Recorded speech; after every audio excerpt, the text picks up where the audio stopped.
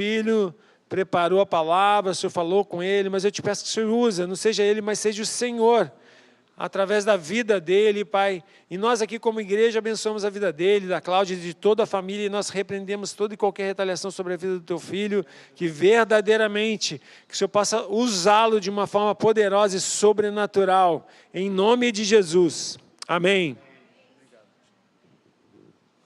Boa noite a todos. Obrigado por estarem presentes na casa do Senhor. Mais do que a casa do Senhor, essa aqui é a casa do Pai. E eu amo estar na casa do Pai. Alegrei-me quando disseram que vamos à casa do Pai. Glória a Deus. Estamos reunidos aqui como filhos nessa noite. E eu quero agradecer pela oportunidade de estar aqui à frente, trazer aquilo que está no meu coração, aquilo que Deus tem me mostrado e colocado até um peso em relação a essas coisas, porque são dias difíceis. Confesso a vocês que eu tive alguns dias muito difíceis, mas pela graça e misericórdia eu estou aqui, porque Deus é bom, nosso Pai está no controle de tudo. Eu vou pedir para vocês abrirem a vossa Bíblia. Eu estou trazendo a nova versão internacional, a carta de Paulo, 2 Coríntios, capítulo 3, do versículo 1 ao 4.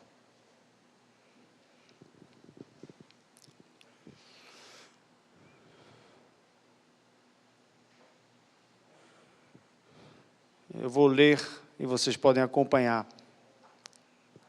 2 Coríntios, capítulo 3, versículo 1 a 4. Será que com isso estamos começando a recomendar a nós mesmos novamente? Será que precisamos, como alguns, de cartas de recomendação para vocês ou da parte de vocês? Vocês mesmos são a nossa carta escrita no nosso coração, conhecida e lida por todos.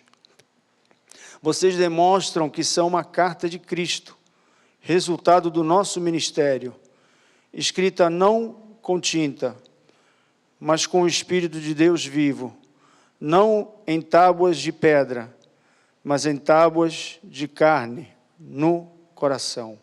Amém? Senhor, eu te peço para guiar no Espírito, Senhor, o que Tu queres falar aos nossos corações, e que essa mensagem, Senhor, seja uma mensagem diretamente para nos edificar, nos exortar, nos encorajar, para que nós verdadeiramente possamos ser cartas vivas e, sobretudo, filhos que levam essas cartas, em nome de Jesus, amém. Amados, esses dias, já há algum tempo, até num episódio com minha mãe, eu sempre fui uma pessoa assim, mais eficaz na escrita, sobretudo de cartas, do que na fala. Talvez por timidez, talvez pelo fato de ter vivido em tantos países, e então, às vezes eu me confundo com os termos corretos, as línguas se confundem, e às vezes isso me inibe, na fala. Então, eu sempre fui usado para mandar cartas. Eu morei em vários países e era costume escrever cartas à mão, e elas tinham um peso afetivo, tinham um peso de vivência do nosso dia a dia. E, recentemente, eu me encontrei de novo a escrever cartas de punho, no papel, e depois transcrevê-las para enviá-las, ou por e-mail, ou pelo WhatsApp. E eu tomei a liberdade também, de novo, de escrever uma carta. Essa palavra que eu trago hoje, eu escrevi de punho. A Cláudia viu no papel, com o lápis, colocando aquilo que estava no meu coração a respeito da palavra e a respeito da vivência do nosso dia a dia. Então, essas cartas, literalmente, são cartas que Paulo escrevia, e ele escrevia carregadas de afeto, carregada de emoção, carregada de vivência, Por isso que ele fala que é algo que vem do coração. Por isso que ele fala que é algo que não é meramente uma letra, algo escrito, algo que deve ser quase que como um folheto ou como produto, fazer uma propaganda, uma publicidade. Ele diz, então, é necessário que nós tornamos a fazer publicidade de nós mesmos, como se nós tivéssemos que fazer publicidade da palavra de Deus, como se nós mesmos tivéssemos que fazer publicidade daquilo que somos, né? Na verdade, o que esse texto está trazendo aqui, quase como um confronto, né? Uma confrontação, mais do que publicidade de nós mesmos ou a respeito dos outros. O que Deus busca através dessa palavra é busca de nós intensidade e profundidade. Intensidade no sentido de termos, de fato, convicção de quem nós somos. Nós somos cartas vivas. Nós carregamos uma mensagem diretamente do Pai. Nós temos a essência do Pai. Nós temos no nosso DNA tudo aquilo que foi já preparado nos céus para que os filhos aqui na terra pudessem representar o Pai. Então, nós não precisamos fazer publicidade, porque você sabe que quanto mais um produto é ruim, mais você tem que fazer propaganda e publicidade. Pode crer. Hoje, nas mídias sociais, no marketing, você vê quanto eles carregam a publicidade, a propaganda de algo. Na verdade, o que precisa é o boca a boca, que era muito comum nessa época, o boca a boca, e ainda o é, uma simples representação para refletir. Quando o produto é bom, ele não precisa de propaganda. Quando você vai num restaurante, isso é muito comum na Itália, às vezes você vai em alguns restaurantes que são verdadeiras coisas insignificantes, não tem nada de bonito neles, mas a comida é boa. E quando a comida é boa, as pessoas vão, mesmo não fazendo propaganda ou publicidade. E aí, o que eu quero dizer com isso? Que até os passarinhos, quando você coloca uma ração, eles vão lá e depois de uns 10 minutos, está cheio de passarinho ali, né? Eu me lembro sempre, quando nós visitamos o seu Vitório, o pai da Cláudia, quando ele bota a ração, você vê, primeiro vem 1 ou 2 passarinhos, daqui a pouco está cheio de passarinho. O que eu quero dizer com isso? Que quando o produto é bom, vem, todos vêm. E somos atraídos e atraímos quando nós verdadeiramente comunicamos essa mensagem, né?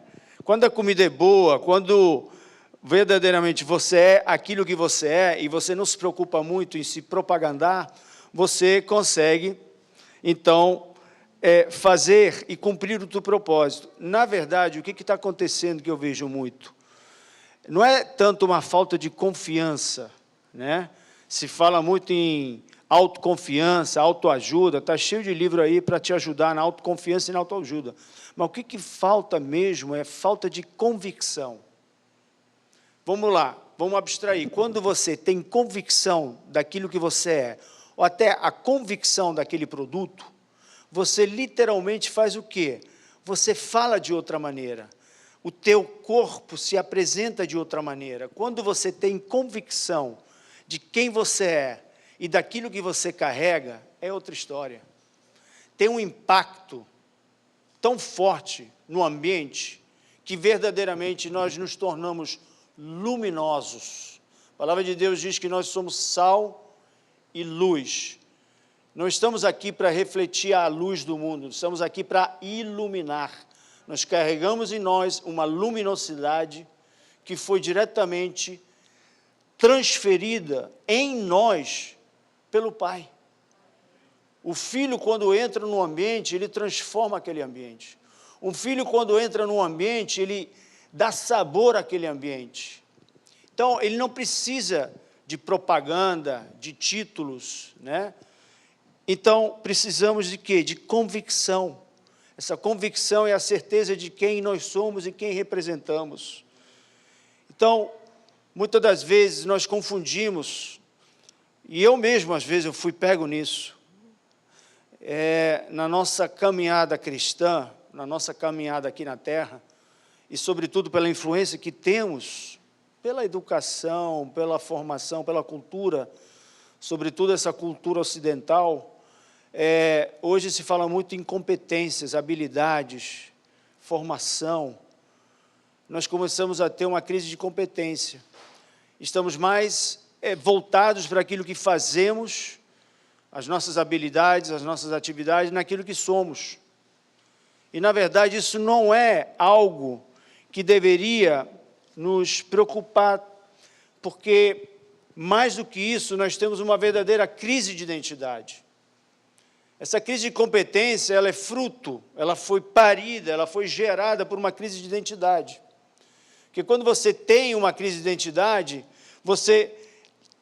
verdadeiramente, você tem algo que está te retendo, está te congelando no propósito que você tem, naquela identidade que você foi constituído por Deus.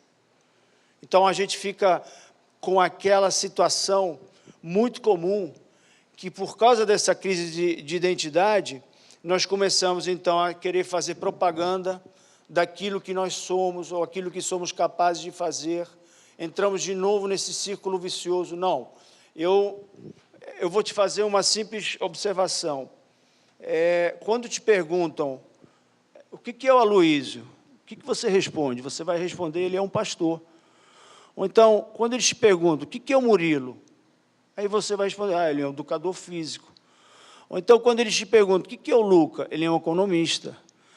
Você vê como é sutil essa questão de sempre identificar uma pessoa a partir daquilo que ela faz. É natural isso. Eu nunca ouço alguém dizer, o que é o Aloísio? Ele é paciente, ele é longânimo. A essência está sendo evidenciada através das nossas vidas? Ou, por acaso, estamos sendo, vamos dizer, confundidos com aquilo que fazemos, ou com as roupas que vestimos? Se falou aqui do púlpito no domingo sobre as roupas, e eu vou aprofundar esse tema das roupas, porque ela é muito importante, porque ela tem um significado espiritual muito forte. Então, eu te pergunto, e a grande pergunta que eu sempre me faço nessa vida, é algo que eu convivo no dia a dia, a pergunta que eu faço para vocês ou a pergunta que devemos nos fazer, o que é importante? É fazer ou ser? Não é tanto aquela pergunta que essere ou non essere, né? Que Shakespeare fazia, ser ou não ser. A pergunta é fazer ou ser? Mais uma vez eu repito, não existe uma crise de competência. Todos nós podemos ser capacitados, treinados, ensinados. Isso é fácil. Mas, na verdade, o que está por trás do grande problema é que eu vejo, e olha que eu vivo em muitos países, é uma crise de identidade. E essa identidade está sendo atacada cada vez mais nos nossos jovens, nos nossos filhos, na sociedade. Eu sei que tem psicólogos aqui que tratam isso muito, e tem até essa discussão hoje, polêmica, né, sobre essa questão do gênero, né? Então, o que acontece? Nós começamos a ter essa questão temos até uma questão de nomenclatura, uma identidade não mais definida, uma indefinição de identidade, a tal ponto que tem pessoas que estão vestindo roupas de animal. Eu já vi alguns vídeos, porque elas querem ser aquilo que elas acham e entender o que devem ser. Mas, na verdade, elas não estão sendo. Elas estão vestindo roupas para esconder uma identidade distorcida. Elas não sabem o que são.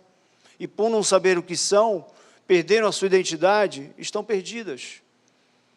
Tantos filhos perdidos, tantos jovens e até adultos perdidos. Isso é sério. Isso é sério porque a crise de identidade está matando muita gente.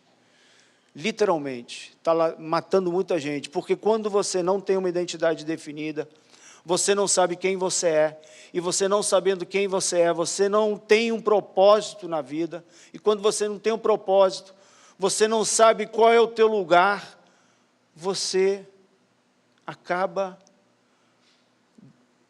e morre. Mas, na verdade, quando nós lemos essa carta, ela é muito clara, nós temos que ser o quê? Isso nós temos que combater e orar muito sobre isso, nós temos que ser a manifestação, a revelação, a evidência de Cristo em nós, que através da ação do Espírito Santo, Ele vai nos conduzir no lugar e no propósito pela qual cada um de nós foi chamado. Agora, por que eu estou falando de identidade, de roupas, de cartas? Vocês vão entender, eu espero que vocês entendam aonde eu quero chegar. Essa questão da identidade, antes de falar sobre roupas e cartas, eu fui muito confrontado com essa palavra, porque quando nós lemos em Marcos 4, essa questão da identidade, ou que está atrelada a uma responsabilidade, você tem o famoso episódio de Jesus no meio da tempestade, ele está no barco. Vamos ler Marcos 4, do versículo 38 a 40, para depois voltarmos a essa meditação. Marcos 4, do versículo 38 a 40. Jesus estava na popa, dormindo com a cabeça sobre um travesseiro. Os discípulos o acordaram e clamaram: Mestre, não te importas que morramos? E ele se levantou e repreendeu o vento e disse ao mar: Aquiete-se, acalme-se. O vento se aquietou e fez a completa bonança. Então ele perguntou aos seus discípulos: Por que vocês estão com tanto medo? Ainda não têm fé? Esse episódio é uma verdadeira crise de identidade. Vocês atentem para o seguinte: Jesus estava no barco, Jesus está no nosso barco. O Espírito Santo está em cada um de nós, em mim, em cada um. Se Jesus está no barco, e se o Espírito Santo está em nós, o que é a promessa?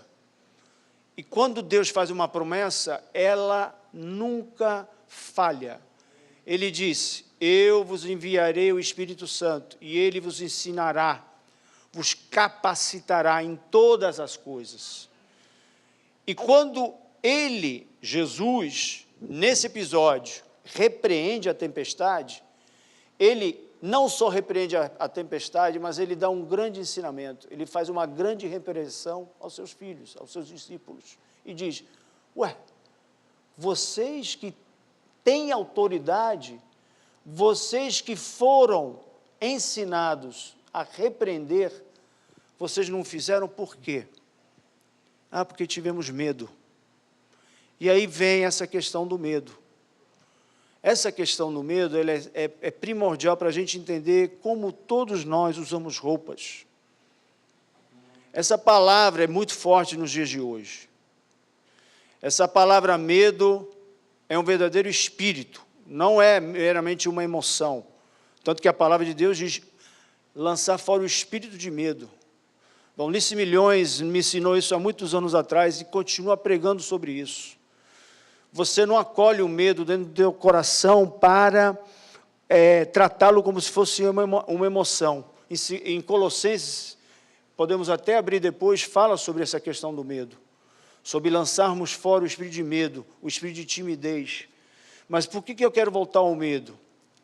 Porque o medo, ele nos faz e nos remete a algo muito importante.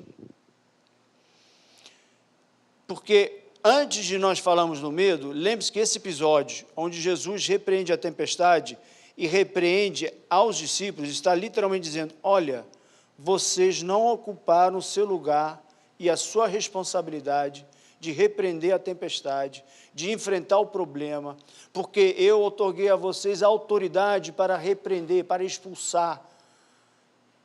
Ele estava ensinando eles a assumir a responsabilidade. Todo filho de Deus veio ao mundo para assumir uma responsabilidade.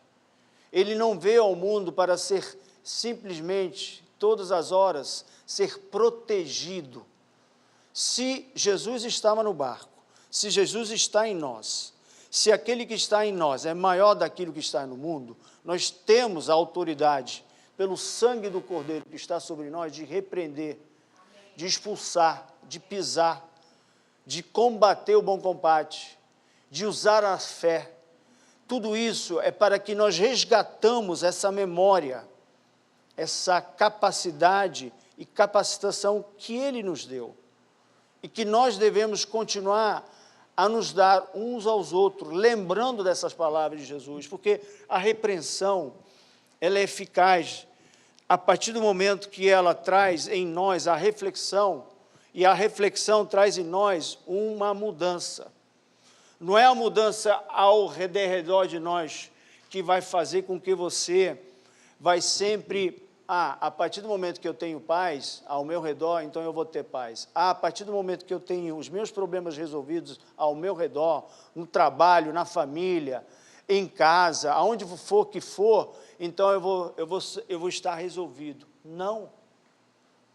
Você tem que se tornar a pessoa mais bem resolvida no teu interior, para que aquilo que esteja fora, não te abale.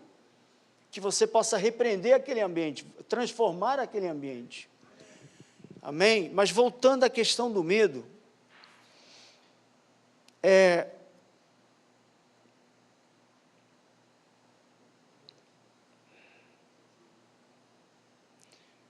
eu escrevi aqui, como se fosse uma carta, me questionando, né? Por que mesmo sendo ensinado, capacitado, tendo uma autoridade delegada pelo Pai, por Jesus, né? Por que nós temos medo? E por que esse medo está impedindo a muitos de nós, eu me coloco também, de assumir o lugar e ser o que fomos chamados a ser, naquela situação, naquele ambiente, por onde você passar.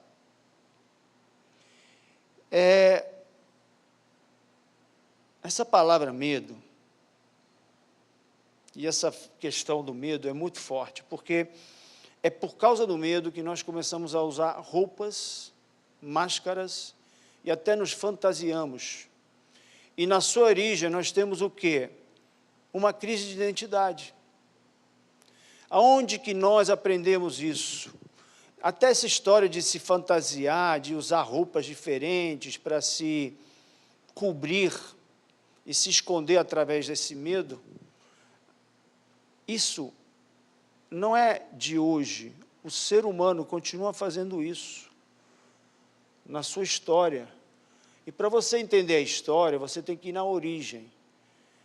E, de fato, se você quer entender a Bíblia, tudo se resume em Gênesis. Toda e qualquer pessoa, quando você quer entendê-la, você tem que ver a origem dessa pessoa ou daquela situação. Então, aonde é que nasce o medo? Vocês sabem que lá, a primeira situação que nós entendemos foi nessa questão da roupa. Quando Adão teve medo e pecou, o que ele fez? Ele vestiu uma roupa. E essa roupa, embora simbolicamente ali está descrita como figos, folha de figos, na verdade, essa roupa ela tinha 4 letras, ela tem um nome, se chama M-E-D-O. Ele se vestiu com a roupa de medo. Assim como muitos de nós nos vestimos com outras roupas, quando temos carências, frustrações, decepções, começamos a vestir outro tipo de roupa. E nos apresentamos com essa roupa diante dos outros. E aí, em vez de enfrentar aquele medo, enfrentar o Pai, enfrentar a Deus numa conversa, ele se vestiu, se cobriu, se escondeu por trás dessa roupa. E é interessante que Deus, ele tinha uma outra roupa. Ele já tinha dado uma roupa para Adão. E ele nos deu essa roupa a nós todos. Essa roupa tem um nome. Ela também é composta de 4 letras. Essa roupa se chama A-M-O-R, amor. Deus o vestiu, nos vestiu de uma roupa que se chama amor. Se Deus é amor, nós também somos, na essência, o reflexo, a identidade, a imagem e semelhança desse amor. Se nós resgatarmos isso e vestirmos essas roupas, a verdadeira roupa que Deus tem para nós, nós verdadeiramente cumprimos o propósito. A palavra de Deus diz de andar em amor, né? De sermos a sua imagem e semelhança. Então, esse episódio do jardim é muito interessante, porque é o que nós vemos por aí. As pessoas têm uma crise de identidade e, a partir desse medo, começam a usar outro tipo de roupa. Então, eu queria que vocês pensassem nisso. O que tipo de roupa estamos usando? Em várias situações, começamos a usar roupas. Colossenses fala lá sobre essa questão de nos desvestir de roupas do velho homem e colocar as roupas do novo homem, né? Então, essas roupas, literalmente, refletem a essência, o caráter, o DNA de Deus em nós. Então, o apóstolo Paulo, então, continua dizendo a respeito de sermos cartas vivas, retornando ao texto que lemos. O que é uma carta viva? Eu queria voltar à essência e à simplicidade do Evangelho. Uma carta, na sua essência, e aquilo que Paulo faz nas suas cartas, é algo de muito simples, que nós temos que ser pessoas simples, que quando nos apresentamos em vários ambientes e situações, possamos ser uma carta. Agora, a carta, voltando à simplicidade, do que é uma carta, por isso que eu estou resgatando a memória das cartas. Toda carta ela tem alguns elementos essenciais. Os elementos essenciais de uma carta têm que ter uma identificação. Ela tem que ter o remetente, um quem. Ela tem que ter um destinatário, um outro quem. Ela tem que ter um conteúdo, que é essas cartas que nós lemos aqui nos Evangelhos do Novo Testamento, um conteúdo, um quê, né, o que está sendo enviado, e, sobretudo, o onde. Para onde é que você está mandando essa carta? Para onde você está mandando essa carta? Então, quando eu começo a pensar nessas coisas, eu começo a pensar nessa questão de que tipo de roupa estamos colocando sobre essas cartas, as cartas que Paulo escreve, né? O pastor Aloísio falou sobre roupas no domingo, o tipo de roupa que muitas vezes vestimos, ou a forma, porque roupa remete também à forma, a forma como nós temos chegado, não só ao povo, porque o povo, quem é o povo? São os filhos de Deus, muitos deles perdidos na sua crise de identidade, lá fora. Como é que nós temos chegado a eles? De que forma? Que roupa estamos usando para chegar a eles? E aí vem a questão aqui, essa carta que Paulo escreve, as cartas que Paulo escreve, que tipo de roupa nós temos colocado sobre essas cartas? Será que estamos colocando uma roupa que não está cumprindo o seu propósito, e é por isso que, às vezes, não cumprimos o propósito? Assim como o pastor Luiz falou, o problema não está na palavra, o problema não está no conteúdo. O problema que eu vejo, e que a gente tem que refletir sobre isso, é esse conteúdo. Ele está sendo apresentado, ele está sendo entregue, ele está sendo usado para o propósito pela qual ele foi feito, aquela carta. É aquilo que eu disse no início, eu escrevi a carta para os meus pais, essa palavra que eu estou trazendo é uma carta que eu escrevi, eu escrevi uma carta, eu de punho escrevi essa carta, para refletir aquilo que era aquilo que estava no meu coração, para que essa carta pudesse ser recebida e achar o seu destinatário, no lugar, o onde ele se encontra. Então, essas cartas, muitas das vezes, não cumprem o propósito, porque nós estamos querendo dar o conteúdo que é bom. Esse conteúdo, a palavra é boa, mas é a forma, a roupa que estamos colocando sobre ela que é ruim. Você vai se aproximar de uma pessoa e aí você vai querer dar um estudo bíblico para ela? Ou então você vai querer dar uma receita de bolo? Porque eu faço isso muito. É a minha culpa. É o meu conhecimento, a minha capacidade que me faz chegar àquela pessoa sabendo que essa palavra, ela é a solução, Cristo era a resposta. Cristo é a resposta. Então, a palavra é a resposta. A palavra é a solução.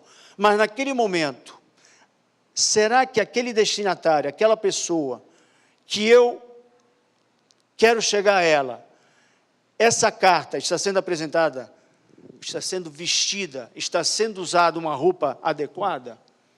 É porque você, pense comigo, tem muitas pessoas usando desse conteúdo de maneira errada, vestindo uma roupa errada.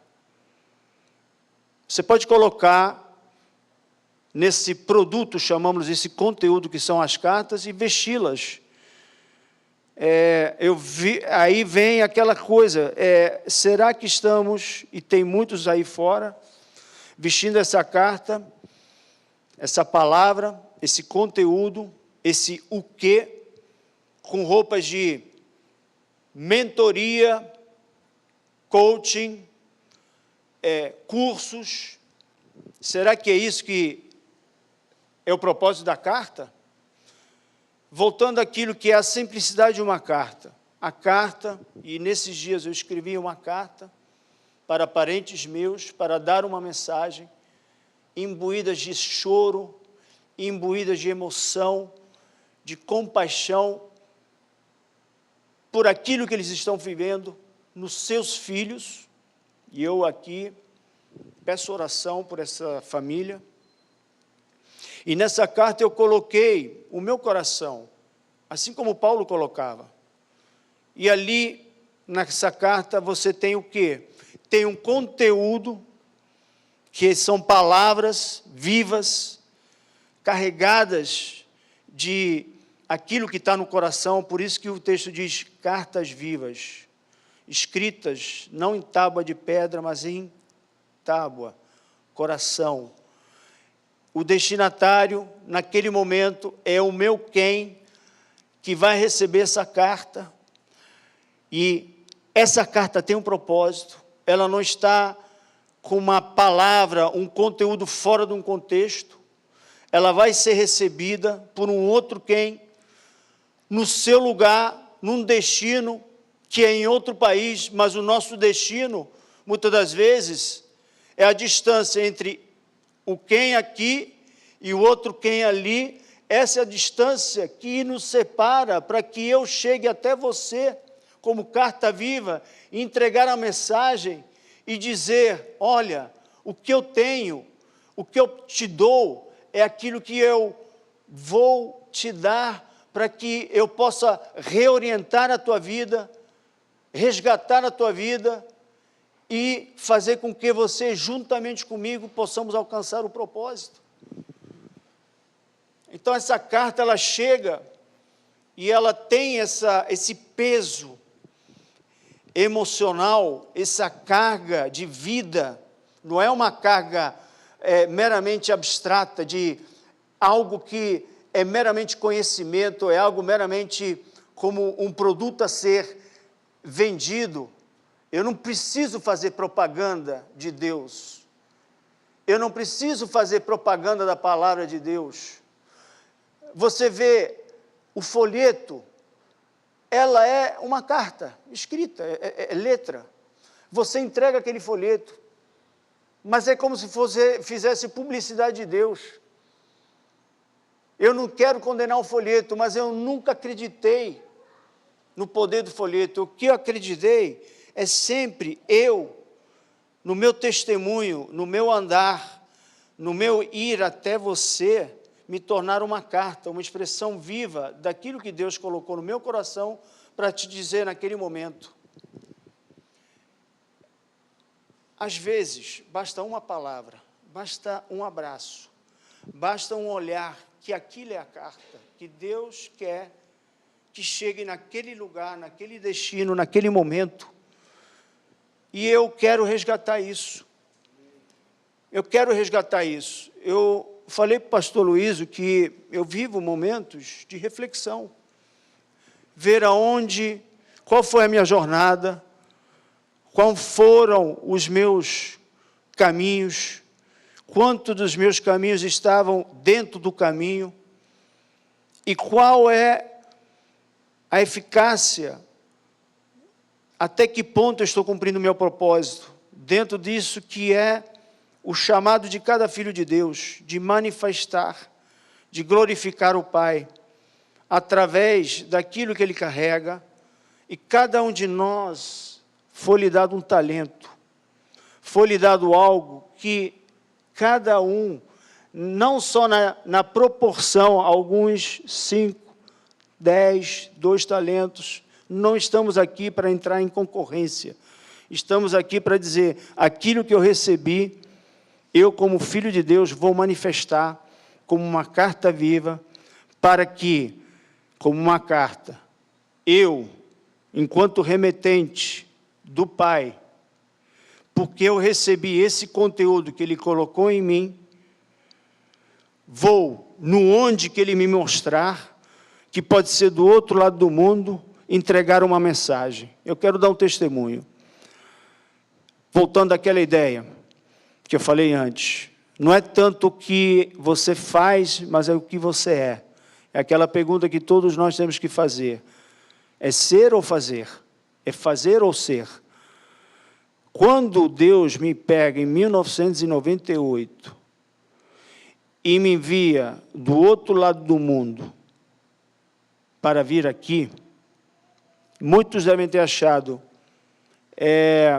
não, Deus pegou um economista, porque essa é o meu fazer, e o levou para trabalhar numa multinacional, abrindo portas aqui, abriu portas para a minha esposa também, para fazermos aquilo que fomos etiquetados, marcados para fazer. Não. Deus me pegou, Ele escreveu de punho uma carta, eu era essa carta, uma carta de amor, para que eu pudesse chegar aqui, o destino. Esse destino tinha um outro quem, para que essa carta de amor pudesse ser entregue a outro quem, esse quem se chamava Patrick, amigo amado, irmão, outro filho de Deus que estava perdido, mas que precisava ser reorientado no seu propósito, no seu caminho.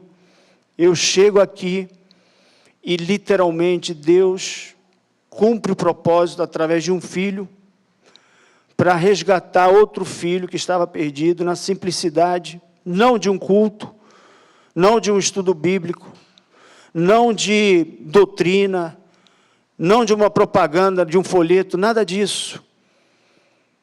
Ele simplesmente se usou do relacionamento e do testemunho e da vivência de estar ao lado dele e, através dessa vivência, essa comunhão de repartir o pão, mas também de repartir o sofrimento de uma doença grave e de acompanhá-la até o final e ver a transformação dessa pessoa por meio de uma carta viva que fui eu enviada para que esse destinatário, no onde que ele se encontrava, e esse onde não é só um lugar físico, é o estado da pessoa. O onde, gente, não é a rua, não é outro país. O onde é o estado em que cada pessoa se encontra. Por isso que eu digo, eu cada vez mais penso que nós temos que assumir a responsabilidade, independentemente de barreiras arquitetônicas, barreiras físicas, barreiras oceânicas. Você não precisa pegar um avião para resgatar uma vida. Você pode escrever uma carta e você ser essa carta por meio daquilo que eu estou fazendo nesses dias com uma família que está passando uma luta, com um filho de Deus.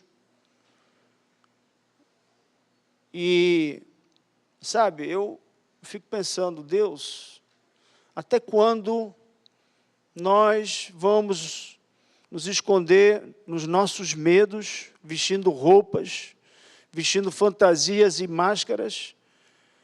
Temos que nos despir, temos que nos tornar cada vez mais o projeto original de Deus, vestir a roupa do amor.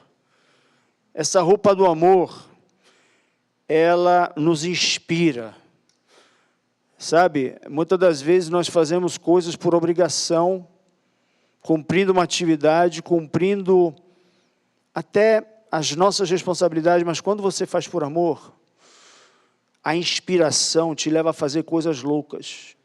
Os grandes feitos dos homens de Deus, os grandes feitos de qualquer homem que nós chamamos de herói, foi fruto de uma inspiração que nasce no nosso interior, e no nosso caso, esse interior é a inspiração que o próprio Espírito Santo coloca em nós. Quando ele coloca essa inspiração, o Espírito Santo nos move a fazer coisas, ou a sermos aquilo que fomos chamados a ser, no onde e naquela situação, naquele momento, e basta uma frase, não precisa fazer discurso, basta às vezes a tua presença do lado daquela pessoa, para ser uma carta viva. É isso que eu quero que cada vez mais nós não nos preocupemos com a capacitação. Jesus disse para os discípulos, vocês viram, eu estou no barco com vocês, vocês estão andando comigo, eu estou vos ensinando, eu estou capacitando, mas agora é chegado o tempo de vocês assumirem a responsabilidade.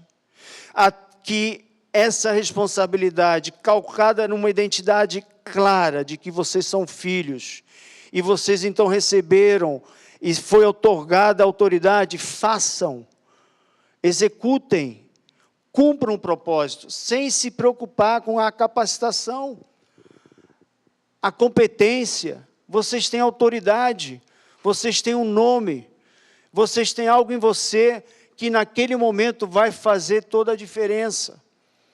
Não precisamos nos preocupar. E aí eu concluo com o texto que todos vocês conhecem, que está lá em Romanos 8, que outro dia a Cláudia está vendo. Quando eu leio Romanos 8, eu fico louco. É uma coisa tão grandiosa que eu fico, meu Deus, como é que faz para você absorver tanta coisa boa, tanta coisa gloriosa, num texto que eu diria é como se fosse... sabe quando você acorda de manhã? Eu acordo cedo e você vê o sol nascendo, aquela beleza. E quando você vê essa glória, essa coisa tão grande, você diz, glória a Deus. Romanos 8, esperança de glória. E aqui,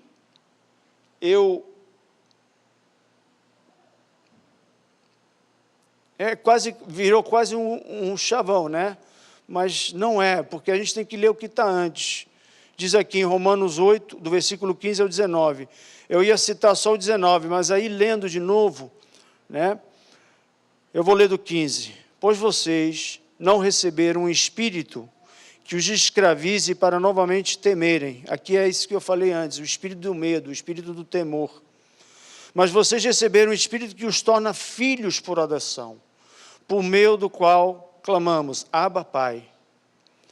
O próprio Espírito testemunha ao nosso espírito que somos filhos de Deus. E se somos filhos, então somos herdeiros, herdeiros de Deus e co-herdeiros com Cristo. Se de fato participamos dos seus sofrimentos, para que também participemos da sua glória. Considero que os nossos sofrimentos atuais não podem ser comparados com a glória que em nós será revelada. A natureza criada, toda a criação aguarda com grande expectativa que os filhos de Deus sejam revelados. Que possamos todos nós refletir sobre isso que eu trouxe hoje, para que seja cada um de nós a revelação, a manifestação, a evidência lá fora. Nós temos uma identidade, nós somos filhos, e se somos filhos, está aqui esse texto maravilhoso, esse texto que nos dá esperança, esse texto que verdadeiramente faz com que possamos não só resgatar os filhos perdidos lá fora, mas orar por eles, interceder por eles. Eu queria pedir a todos de se levantar e fazer essa oração comigo, porque tenho falado muito com a pastora Keila sobre esse peso que Deus tem nos colocado, eu, ela, sobre os filhos. Nós todos como filhos, mas também os filhos pequenos, filhos de muitas famílias que estão se perdendo, que estão sendo seduzidos e dragados lá fora. Precisamos resgatá-los. Então, eu vou orar por eles. Eu quero que vocês se unam comigo nessa oração. Senhor Deus, verdadeiramente eu te peço nessa noite que os nossos filhos não se percam, que nós possamos levantar um clamor por eles e fazer a oração que tu fizeste, como tu fizeste com esse espírito, essa compaixão. Pai, tu nos confiaste os filhos, que nenhum deles se perca. Senhor, não nos fazes perder nenhum deles. Cada um tem o seu filho aqui, seja filho de sangue, mas também filhos na fé. Senhor, eu quero nessa noite te pedir que tu nos dê a ousadia, a coragem e tudo aquilo que precisamos ter para lançar fora essas roupas do medo, para lançar fora e vestir as roupas de amor e vencer o mal através daquilo que, Senhor, vai prevalecer, porque tudo acabará, mas o amor permanece. E esse amor é tão permanente que ele vai, Senhor, fazer com que os nossos filhos sejam vencidos, atraídos, porque o amor constrange. O amor, Senhor, ele pode todas as coisas, ele suporta todas as coisas, ele crê todas as coisas.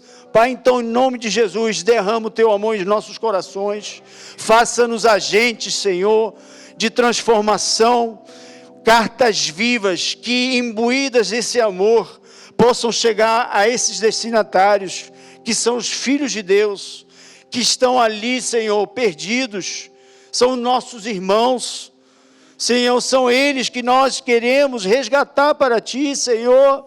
O Teu plano nessa terra, Senhor, é formar uma família, essa família, Senhor, que se chama família de Deus. Deus, então, em nome de Jesus, capacita-nos e dá-nos essa ousadia, Senhor. É o que eu te peço nessa noite, e eu intercedo em especial por essa família que se encontra nessa luta pelo seu filho, e todas as famílias aqui que se encontram com verdadeiras lutas pelos seus filhos, lutas de vida e morte, Senhor. Vida e morte, Senhor. Tem misericórdia, Senhor. Em nome de Jesus, Pai. Amém. Amém. Amém. Pastor Aloísio.